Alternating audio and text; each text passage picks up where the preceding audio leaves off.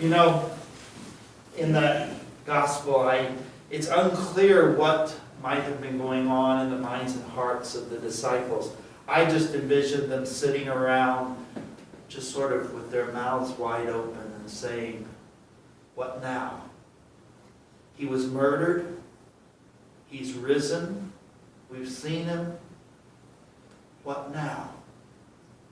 And Peter, being Peter, decides, well, I'm going to go back to what I was doing. I'm going fishing. And the others go with him.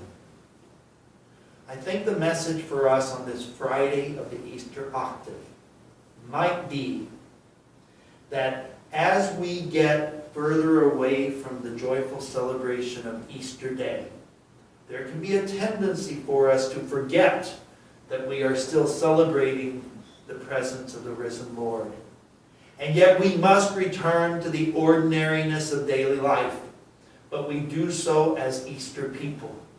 We do so with an awareness that we are saved, that we continue to experience God's mercy and forgiveness when we need it, and that we are called to celebrate that and to be His risen presence, His joyful presence, His merciful presence, His compassionate presence, to be His everything for all whom we encounter.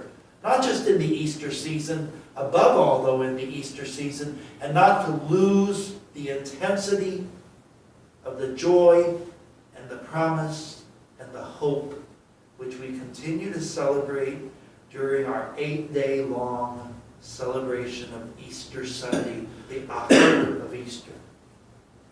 So as we move out of the octave, this has been a short work week for all of us, but as we get back into the doldrums of spring and spring fever, let's not lose sight of the flame of the Paschal candle, which needs to burn in our hearts and in our lives.